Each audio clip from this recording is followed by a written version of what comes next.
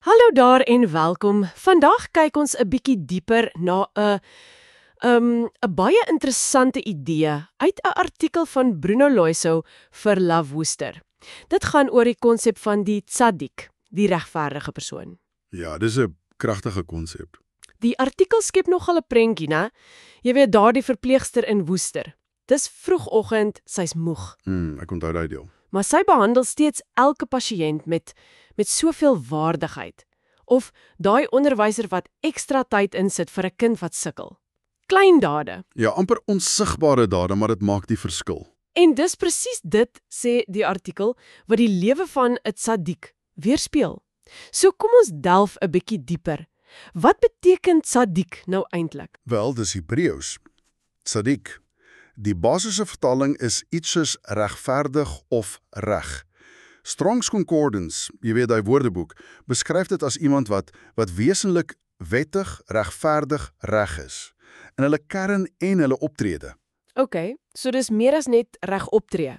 Dis wie jy is. Presies, en dis belangrik. Dis nie net iemand wat godsdienstig is op 'n Sondag nie.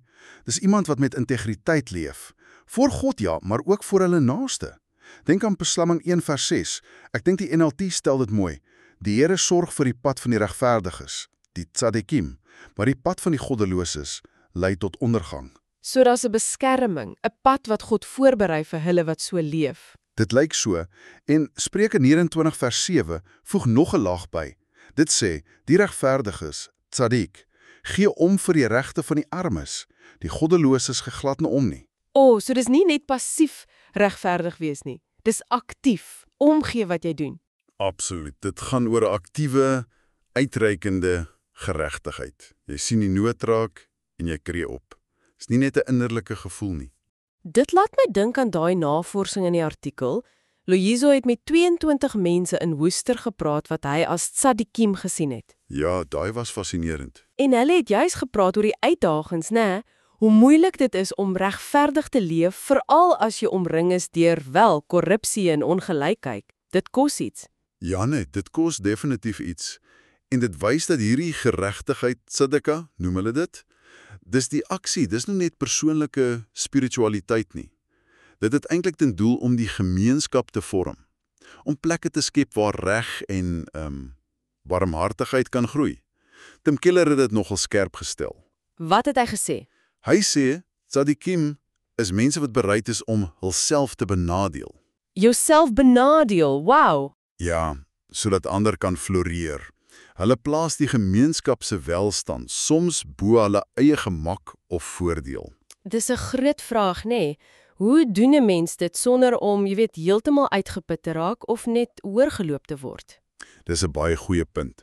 En Amy Sherman in haar boek Kingdom Calling gee nog 'n goeie hoek hierop. Sy praat oor ons roepings. Ons werk, ons rolle. Ja, presies. Ons werk, ons rolle in die familie en die gemeenskap. Sy sê die tzaddik bestuur daai roepings so dat dit die gemeenskaplike goeie bevorder. Hulle onttrek nie van die wêreld se probleme nie, maar stap doelbewus en getrou daarin, met integriteit, binne hulle invloedsfeer. Dis nie altyd groot dramatiese dade nie. Dis dikwels die klein, volgehoudende keuses. Goed, so kom ons bring dit af na die grond, hier in Suid-Afrika vandag. Hoe lyk dit? Die artikel noem 'n paar voorbeelde. Ja, soos om 'n omkoopgeskenk te weier. Selfs al doen almal dit? Juist dan, of 'n werkgewer wat werknemers regverdig behandel, met respek, hulle op tyd betaal, daai soort ding. Dit gaan dus oor hoe jy opdag, elke dag. Of dit nou in die hof is, of in die klaskamer, of by die werk, of sommer net by die huis, in die kombuis. Met daai oortuiging dat God omgee oor eerlikheid, oor regverdigheid, oor hoe ons mekaar behandel. Oral, altyd. Presies. Die kern is dat die tzaddik se lewe, die keuses wat hulle maak, daarop gerig is dat ander mense kan floreer. Ander mense. Ja. Dink aan die ripple effek. Gesinne floreer as daar betroubaarheid is, skole word beter as onderwysers met integriteit werk, besighede kan gemeenskappe opbou as regverdigheid 'n waarde is.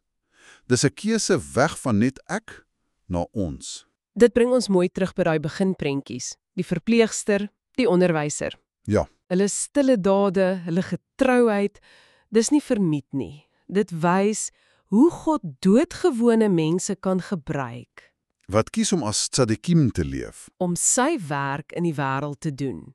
Dis amper soos Paulus gesê het in Galasiërs, nê, laat ons nie moeg word om goed te doen nie. Want op die regte tyd sal ons 'n oes maai as ons nie opgee nie. Ja, so mooi. En dit los jou, die luisteraar, dalk met hierdie vraag vandag. 'n Vraag wat die artikel eintlik vra, om saam met jou te dra. Waar in jou lewe roep God jou dalk om jou eie gemak of jou eie voordeel 'n bietjie eenkant toe te skuif, sodat iemand anders, jou gesin, 'n kollega, iemand in jou gemeenskap kan floreer? Ja. Iets om oor na te dink, né? Waar kan jou stille, regverdige keuse vandag dalk nie 'n onverwagse positiewe verskil maak?